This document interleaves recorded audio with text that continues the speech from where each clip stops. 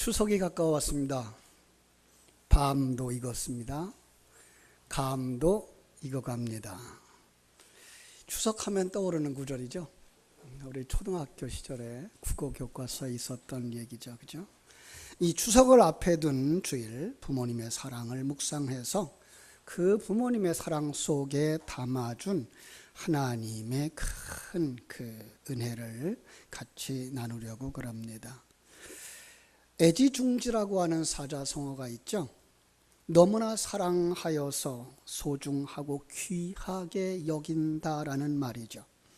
애지중지와 비슷한 말이 하나 있는데 그게 뭐죠? 불면 날아갈까 쥐면 꺼질까 하여 아끼고 사랑하는 자를 조심스럽고 소중하게 다룬다는 말. 퀴즈. 한자로 어떻게 말할까요? 불면 날아갈까 추지 콩페이 그죠? 그러니까 추위하면 중국말이거든요. 추위하면 날아갈까 두렵고 그죠? 집지공함 이제 꽉 잡으면 이제 두렵대요. 뭐 할까봐 빠져나갈까봐 아니면 깨질까봐. 그래서 소중하게 다룬다고 하는 말입니다. 사람들은 특별히 부모님들은 자기 자식을 이렇게 사랑하죠. 뿐만 아니라 우리 동물들까지도 자기 새끼를 사랑하는 모습을 볼 수가 있어요. 자기 새끼를 안고 업고 쓰다듬어 주는 것을 보면 우리는 정말 마음이 훈훈한 감동을 받기도 합니다. 오늘 본문의 말씀은 바로 이런 하나님의 사랑입니다. 우리가 본문을 잡은 이사야서는요, 성경 전체를 보여주는 책이다라고들 이야기하죠. 성경 전체가 66권이듯이 이사야서도 66장으로 되어져 있고요.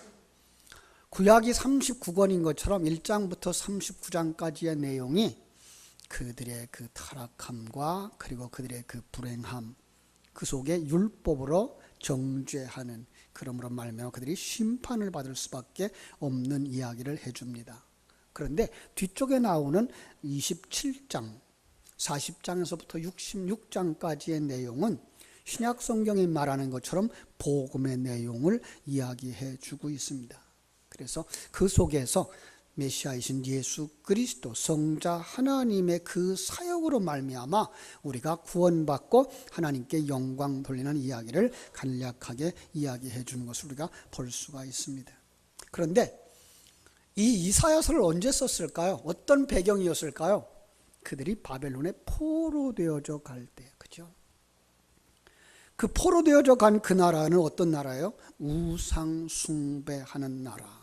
네, 우상 숭배하는 그 속에서 하나님이 하나님의 사람을 통해서 건져내 주실 것을 이야기함으로 말미암아 그들이 도우시는 하나님의 사랑을 깨달아 알 수 있도록 지어준 책이 바로 이사야인 것을 알 수가 있습니다. 그 속에 이 40장에서부터 46장까지가 바로 그 속에서 활동하시는 그리스도 성자 하나님, 그를 통한 구원의 이야기를 해주고 있는데 그걸 사랑이라는 말로 표현하고 있습니다. 3절, 4절 제가 다시 한번 읽어드릴게요. 3절, 야곱의 집이여 이스라엘 집에 남은 모든 자여 내게 들을지어다. 배에서 태어남으로부터 내게 안겼고 태에서 남으로부터 내게 업힌 너희여 너희가 노년에 이르기까지 내가 그리하겠고 백발이 되기까지 내가 너희를 품을 것이라. 그래서 어떻게 한다고요? 내가 지었은즉 내가 업을 것이요 내가 품고 구하여 내리라. 그래서 오늘 말씀 제목을 안아주고 품어주고 라는 말씀을 이렇게 제목으로 삼았습니다. 안아주고 품어준다 그러면 누가 생각납니까? 어머니가 생각나죠. 그런가 하면 할머니가 생각나죠. 그죠? 안아주고 업어주신 어머니와 할머니가 생각날 겁니다. 너희를 품을 것이라, 내가 업을 것이라, 내가 품고 구하여 내리라 라고 하는 이 이야기 속에서 안다, 업다, 품다라고 하는 단어의 깊은 뜻을 보니까 돌보다, 기르다, 완성시키다 이런 의미가 있어요. 여러분, 아기를 안고 업고 품어주는 부모님의 마음을 이렇게 생각하다가 갑자기 생각난 것이 있어요. 바로 저희가 첫 아기를 낳았을 때 아주 몸무게가 얼마 안 나갔어요. 2.6kg밖에 안 나갔어요. 처음 태어났을 때 그렇게 예쁘지가 않더라고요. 요즘들은 아기가 태어나면 보통 한 3kg씩 되면서 아주 포동포동하고 이쁜데 우리 아기는 안 그랬어요. 그런데 그 아기가 한 달이 지나고 두 달이 지나면서 우리 하얀 피부에다가 까만 눈동자, 그죠? 정말 예뻐서 다치게 하고 싶지 않았고, 그죠? 그러다가 이제 돌이 지나서 기어다니던 아이가 이제 걸어다니게 될 때 정말로 그 몸에 하나의 상처도 하나 내고 싶지 않았고 그렇게 보호하고 싶었어요. 어느 날 애가 넘어져서 무릎이 깨졌을 때 그저 서로 미루면서 그 다투었던 이 생각이 납니다. 아기가 설사만 해도 병원으로 들고 뛰었고, 그죠? 우리 애가 경기를 가끔 했어요. 요즘은 그 경기가 그렇게 대수롭지 않게 여겨지죠. 왜냐하면 성장의 과정, 그 이 세계 속에 적응하는 그 반응의 그 조건들이라고 해서 그 반응하는 모습들이라고 해서 그렇게 놀랍지 않습니다. 그때는 아기에게 뭘 먹였는지 생각나세요? 제 나이쯤 되시는 분들은 아실 텐데 기응환이라는 게 있었어요. 그죠? 그 먹이고 먹일 필요가 없다는데 그 안고 병원에 가고, 그죠? 부모님의 사랑은 이처럼 아이를 안고 업고 품어주죠. 하나님의 사랑도 바로 이와 같다라는 걸 이렇게 부모님이 사랑을 느끼도록 해주시면서 우리에게 그 하나님의 사랑을 느끼도록 계시하는 도구로 부모님들의 사랑을 이렇게 이야기하고 있는 것입니다. 그래서 저보다 더 이 부모님의 사랑을 잘 설명해 주시는 분이 있어서 한번 모셔왔습니다. 한번 보시겠습니까?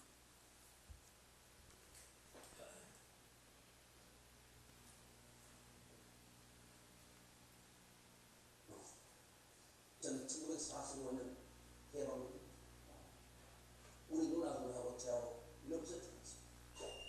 이분 어디 태어났냐면 여러분 히로시마 아시죠? 원자부터 히로시마 태어났는데 미국 폭격에 와서 폭탄을 맞은 식사다 아버님이 놀라서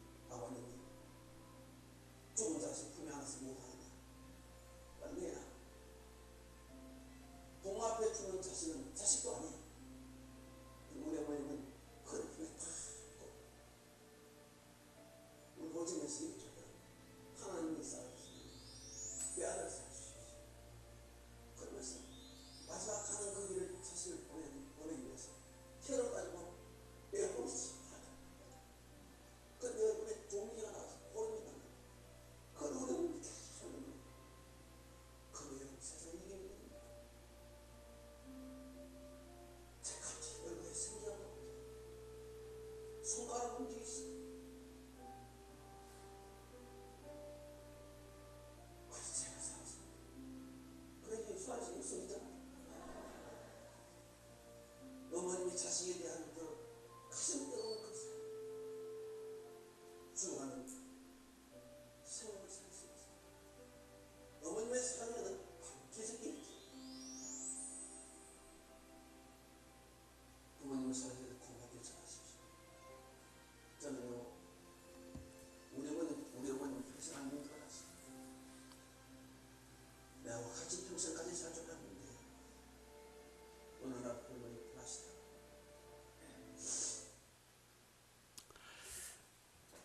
어머니의 사랑에는 기적이 있습니다. 그렇죠? 이 하나님의 사랑을 하나님은 우리 어머니들에게 이렇게 주셨어요. 그래서 그 어머니들에게 사랑을 자식에게 베풀면서 하나님이 이렇게 우리를 사랑하시는구나를 깨달아 알게 해주신 거죠. 독일의 유명한 심리학자인 이름 트라우트 타르라는 사람이 나를 위한 향기로운 위로라는 책에서 이렇게 말했습니다. 한 번의 포용이 수천 마디의 말보다 더 많은 것을 말해준다. 한 번 안아주는 것이 수천 마디로 표현할 수 없는 사랑을 표현하는 것이라는 말입니다. 그래서 부모님은 자식이 넘어졌을 때, 슬픈 일을 당했을 때 그를 안아주십니다. 토닥여 주십니다. 그리고 위로해 주십니다. 가정상담 전문가였던 이 게리 체프먼이라고 하는 사람은 5가지 사랑의 언어라는 책에서 이렇게 말합니다. 부드럽게 안아주는 것은 사랑을 전달하는 가장 좋은 방법이다. 위기의 순간에, 놀랐을 때에 안아주는 것은 아주 강력한 사랑의 전달이다. 그래서 많은 사람들이 자녀들을 키우면서 자녀들을 안아주죠. 그런데 어렸을 때만 안아주는 것이 아니라 학교 갈 때 안아주고 기도해주고, 학교에서 돌아왔을 때 안아주고 기도해주는 그러한 사랑으로 말미암아 자녀들은 부모님의 사랑 속에서 무럭무럭 자라나는 줄로 믿습니다. 바로 우리가 그 속에 자라나고 있는 줄로 압니다. 그런데 이 한국 사람들은 이게 잘 안 돼요. 그죠? 사랑한다는 말조차 잘 안 돼요. 그죠? 뭐야, 아이고 쑥스럽게. 그죠? 근데 북한의 김정은 이 국방위원장은 만날 때마다 끌어안더라고요. 아마도 어린 시절 유럽으로 유학을 하면서 그 표현 방법이 몸에 배인 건 아닐까라는 생각을 하게 됩니다. 우리 한번 옆에 있는 분 안아주기는 좀 그렇고 우리 손이나 한번 잡아봅시다. 예, 그리고 사랑한다라고 말해 주십시오. 예, 사랑합니다. 예, 예. 그죠? 한국 사람 아니랄까봐 입도 못 대는 사람도 아직 있죠. 우리 예수 믿는 사람들 한국 사람이기보다 천국 사람입니다. 그래서 더 사랑의 선 표현들을 해 주었으면 좋겠습니다. 대통령 영부인 김정숙 여사가 북한에 가서 그 김정은의 부인 이설주를 안아줄 때 마치 어머니가 그 딸을 안아주는 것처럼 보이더라고요.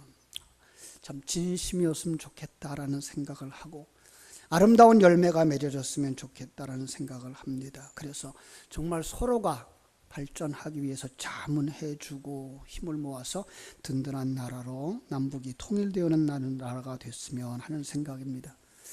너무나 많이 거짓말을 해왔던 북한이라서 그들의 조상들이 그랬어요. 그죠? 김일성이 때부터 김정은이 때까지 우리나라에 많은 대통령들이 그 나라에 방문을 했지만 약속했던 것을 지키지 않았기 때문에 지금도 우리가 지켜질까라는 의구심을 가지고 있습니다. 그래서 보수주의 진영에서는 아직도 마음 놓지 말자라고 경고하고 있지만 하나님이 분단 70년이 희년이 되기 전에 정말 남북한이 통일이 되어지는, 복음이 먼저 전달되어져서 복음으로 통일되어지는 나라가 됐으면 하는 마음, 그래서 그들이 잡았던 그 손이 영원히 잡을 수 있고 또 그 사랑을 느낄 수 있는 그러한 기회가 되었으면 좋겠습니다. 안아준다는 말보다 조금 더 강한 표현이 있다면 그건 업어준다는 말이죠. 그렇죠? 업어준다. 3절은 말합니다. 내가 너를 태어남으로부터 업었다. 그렇죠? 그래서 업어준다라고 하는 의미를 좀 찾아보려고 인터넷에 들어가서 찾다가 이 박시영 씨가 지은 시가 하나 있었어요. 그래서 제가 그 시를 가져왔습니다. 업어준다는 것. 저수지에 빠졌던 검은 염소를 업고 노파가 방죽길을 걸어간다. 등이 흠뻑 젖어 있다. 가끔 고개를 돌려 염소와 눈을 맞추며 자장가까지 흥얼거렸다. 누군가를 업어준다는 것은 희고 눈부신 그의 숨결을 듣는다는 것, 그의 감춰진 울음이 몸에 스며드는 것, 서로 찌르지 않고 받아준다는 것, 쿵쿵거리는 그의 심장에 등줄기가 총진기처럼 닿는다는 것. 누군가를 업어준다는 것은 약국의 흐릿한 창문을 닦듯 서로의 눈동자 속에 낀 슬픔을 닦아주는 일, 흩어진 영혼을 자루에 담아주는 일, 사람이 짐승을 업고 긴 방죽길을 걸어가고 있다. 한없이 가벼워진 몸이 젖어 더욱 무거워진 몸을 업어주고 있다. 그런데요, 이 시보다 더 느낌이 다가오는 게 이 시를 보고 느꼈던 사람이 쓴 글이었어요. 이렇게 썼어요. 누군가를 업는다는 것은 심장 두 개를 나란히 겹치는 일이지요. 이렇게 두툼해진 심장을 가슴에 달게 되면 어떤 걱정도 다 사라질 것 같아요. 누군가를 업어준다는 것은 자신의 조금 큰 심장에 누군가의 조금 작은 심장을 기꺼이 갖다 붙여주는 것, 그의 감춰진 울음을 자신의 몸에 스며들게 하려는 것이지요. 그는 어쩌면 공룡과 부닥쳤을 수도 있기 때문에 무서움에 떠는 엉덩이를 토닥토닥 두드리며 괜찮다, 괜찮다 심장으로 말하려는 것이지요. 누군가를 업어준다는 것은 모든 것을 다 받아주고 모든 것을 다 내어준다는 것이네요 라고 거기다가 글을 썼더라고요. 이 세상에서 그 사랑을 가장 가까이서 느낄 수 있는 것은 바로 어머니 또 할머니였던 것을 우리는 기억합니다. 이번 추석 명절에 이렇게 가족들과 만나면서 정말 어머니가 업어주었던 이야기, 아버지가 업어주었던 이야기, 할아버지 할머니가 업어주었던 이야기를 나누는 그런 시간이 있었으면 좋겠습니다.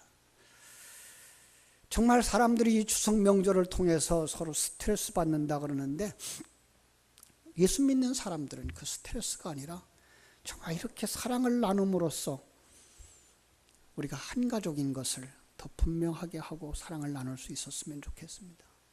부모님 된 우리는 아들을 업어주었던 이야기, 딸을 업어주었던 이야기를 하면서 참 아름다운 추석으로 지켰으면 좋겠습니다. 이 두 번째로 제가 묵상하고자 하는 것은 업어준다는 말, 그 품어준다는 말 속에는 참으로 하나님이 지키고 보호하심이라고 하는 뜻이 품어져 있다라는 겁니다. 지난주일 말씀처럼 우리가 진퇴양난의 위기 앞에서 위를 바라다 보자 하고 외쳤죠. 그 위기에서 이스라엘 건져주신 하나님은 이렇게 그 내용을 기록했습니다. 출애굽기 19장 4절인데요. 내가 어떻게 독수리 날개로 너희를 업어 내게로 인도하였음을 너희가 보았느니라. 그 홍해를 건너는 그 사건을 하나님은 뭐라고 그래요? 내가 너를 업어서 이곳으로 인도했던 것이다 라고 말합니다. 신명기 1장 31절에서는 광야에서도 너희가 당하였거니와 사람이 자기의 아들을 안는 것 같이 너희의 하나님 여호와께서 너희가 걸어온 길에서 너희를 안으사 이곳까지 이르게 하셨느니라 라고 말씀합니다. 그렇습니다. 우리가 만난 어떤 상황, 홍해바다보다 더 큰 장애물, 그런데 홍해바다 앞에 선 이스라엘 백성들처럼 우리가 암담함에 처할 수도 있습니다. 때로는 우리가 만난 상황이 이스라엘 백성들이 광야를 통과하면서 만났던 위기, 그 위기의 순간들일 것처럼 있습니다. 그런데 그 순간에, 그 상황에 마치 독수리가 날개로 새끼를 엎는 것 같이 하나님께서 우리를 업어주시고 통과해 주신다는 겁니다.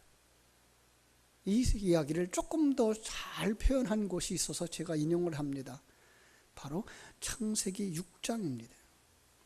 노아 홍수의 배경은요, 그들이 우상 숭배하는 곳이었습니다.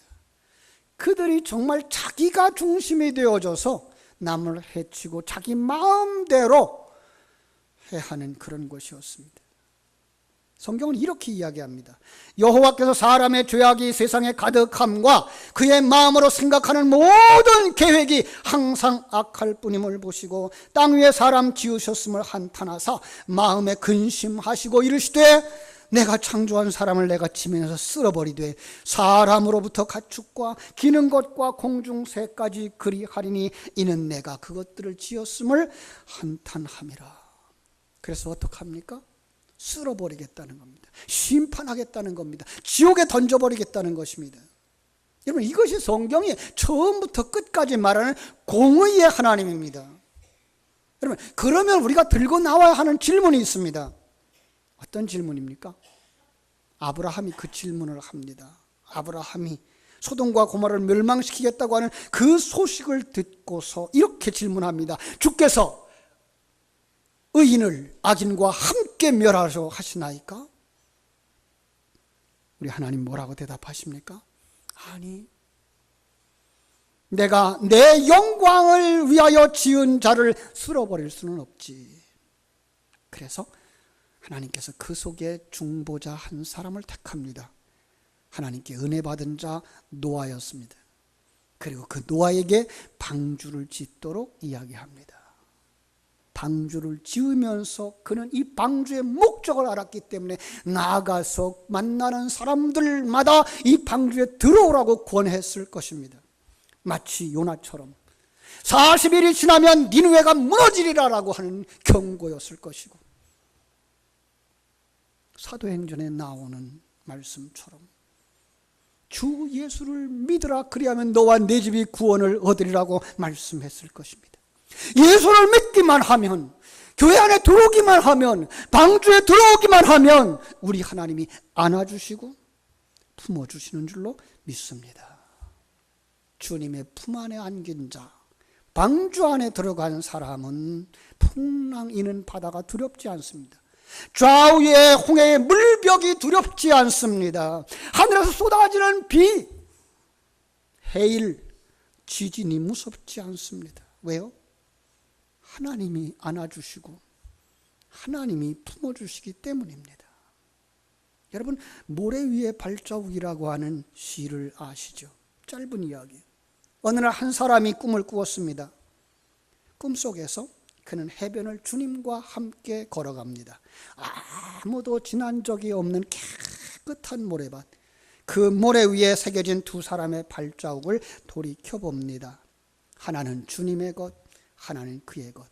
그런데 그의 인생이 힘들고 고통스러웠을 때 한 사람의 발자국이 없어졌습니다. 너무나 의아해서 주님께 묻습니다. 아니, 제가 어려움을 당할 때에 주님은 어디 가셨습니까? 주님께서 이렇게 대답하십니다. 나의 어여쁜 자야, 나는 너를 사랑하여 한 번도, 한순간도 너를 떠난 적이 없단다. 네가 시험과 고난을 지나는 동안에 하나의 발자국만 있었던 것은 내가 너를 업고 갔기 때문이란다. 그가 어느 날 잠이 들었습니다. 주님의 등에 업혀서 길을 걸어가고 있는 자기를 보게 됩니다. 가다 보니까 발자국이 완전히 지그재그로 흩어져 있습니다. 그래서 다시 주님께 물었습니다. 주님, 왜 발자국이 지그재그로 흩어졌습니까? 왜 그랬을까요? 주님이 대답합니다. 너를 업고 가다가 너무나 좋아서 춤을 추었지. 우리가 힘들고 어려운 삶을 살다가 지쳐서 쓰러질 때 주님께서는 우리를 업고 걸으신다는 것입니다. 그런데 주님이 우리를 업고 가시면서 기뻐서 춤을 추신다는 겁니다. 이런 양을 찾은 목자가 기뻐서 잔치를 베푸는 것처럼, 돌아온 탕자를 품에 안으신 아버지가 손을 잡아 잔치를 베푸는 것처럼 말입니다. 저는 어린 시절 보았습니다. 월남전이 맹렬할 때에 전쟁터에서 돌아온 아들을 끌어안고 눈물 흘리는 어머니의 눈물을 보았습니다. 그리고 동네 사람들을 초청해서 잔치 베푸는 그 부모님들의 사랑을 보았습니다. 그런데 성경 속에서는 그 품으심, 업어주심에 더 깊은 의미가 담겨져 있는 것을 보게 됩니다. 마치 독수리가 자기 보금자리를 어지럽게 하여 자기의 새끼 위에 너풀거리며 그의 날개를 펴서 새끼를 받으며 그의 날개 위에 그것을 엎는 것 같이 여호와께서 홀로 그를 인도하셨다라고 하는 신명기 32장 11절 12절 말씀입니다. 그 말씀 속에 새끼 위에 너풀거리며 라는 그 단어에 너풀거리다라는 단어가 라하프입니다. 아마 여러분 몇 번 저한테서 들었을 거예요. 창세기 1장 2절에 여호와의 신이 하나님의 수면 위에 운행하시더라 라고 하는 그 운행이라는 것이 바로 라하프입니다. 뭐라 그랬죠? 암탉이 달걀을 품듯이 품는다는 겁니다. 왜 암탉이 달걀을 품을까요? 예, 안전하게 보호하고 지키는 것도 의미가 있습니다. 그런데 암탉이 달걀을 품으면 어떤 결과가 나타납니까? 병아리가 나옵니다. 예. 하나님은 우리를 그렇게 품고 홍수 같은 이 바다, 사망의 음침한 골짜기 같은 이 세상을 지나가는 동안에 우리를 하나님의 자녀로 재창조하셔서 우리를 하나님의 아들로 만드시더라는 것입니다. 글짓기를 하는데 엄마가 세상을 먼저 떠나고 술 중독에 빠진 아빠를 둔 초등학생이 마을의 양계장을 방문하고 와서 쓴 글이 있었습니다. 제목은 나는 달걀이 되고 싶어요. 나는 오늘 닭장을 돌아보다가 어미 달개 품에 안긴 달걀을 보았으며요. 그리고 엄마의 품이 그리웠어요. 내가 만일 달걀이 된다면 어미 닭이 나를 품어주겠지요. 그래서 나는 달걀이 되고 싶어요. 엄마의 품을 그리워하는 아이의 마음이 잘 나타나 있는 시였습니다. 비단 이 아이의 마음뿐이겠습니까? 사람은 누구나 엄마의 품을 그리워합니다. 이것을 그릇으로 삼아서 하나님은 오늘도 우리를 기다리는 어머니의 품, 아버지의 품으로 우리에게 계시해 주고 우리를 품어주시는 줄로 믿습니다. 하나님의 사랑은 우리를 안아주시는 사랑인 줄로 믿습니다. 하나님의 사랑은 우리를 업어주시는 사랑인 줄로 믿습니다. 하나님의 사랑은 우리를 변화시켜 주시고 완성시켜 주셔서 이 사망의 음침한 골짜기와 같은 세상을 통과하게 해주신 줄로 믿습니다. 또 다른 말로 끝까지 책임져 주시는 사랑이란 말로 바꿔 쓸 수 있을 것입니다. 이스라엘 백성들을 부르신 그 하나님은 그들이 불평함에도 불구하고 그 홍해바다를 건너게 해주셨고 원망함에도 불구하고 그 광야길을 건너가게 하시면서 마침내 불평과 원망했던 그 옛사람들을 다 벗겨버리고 완성시켜서 약속한 대로 언약하신 대로 그 언약의 성취대로 가나안 땅에 들어가게 해주신 줄로 믿습니다. 여러분 김남국 목사님이라고 아십니까? 우리 청년들은 좀 아실라나요? 한창 우리 한국의 찬양팀 가운데 유명했던 마커스라고 하는 찬양팀이 있는데 그 찬양팀의 지도 목사님입니다. 그리고 목요 찬양 집회 때에 그들에게 메시지를 전했던 목사님인데요. 그분이 자기의 그 삶의 경험을 그 룻기에 비유해서 자서전적인 메시지를 쓴 책이 있는데 넌 내가 책임진다 라는 책입니다. 여러분 기회 되시면 한 번씩 구해보시면 좋겠습니다. 그 책의 마지막 부분에 이렇게 말씀하고 있습니다. 하나님의 기업은 하나님이 반드시 책임진다. 여러분은 누굽니까? 하나님의 기업인 것이 맞습니까? 반드시 하나님께서 책임져 주실 줄로 믿습니다. 하나님의 자녀는 하나님이 반드시 그리고 끝까지 책임져 주실 줄로 믿습니다. 하나님의 사랑은 우리의 인생을 마지막까지 책임져 주시는 사랑, 영원히 책임져 주시는 사랑, 그 하나님과 손잡고 우리에게 허락하신 길, 사명의 길 걸어가는 여러분 되시기를 주님의 이름으로 축원합니다. 그 사랑을 이번 추석 명절을 통해서 자녀들에게, 손자들에게 마음껏 전하는 축복의 통로요, 생명의 통로요, 사랑의 통로가 되시기를 주님의 이름으로 축원합니다. 기도하겠습니다. 하나님 우리 아버지,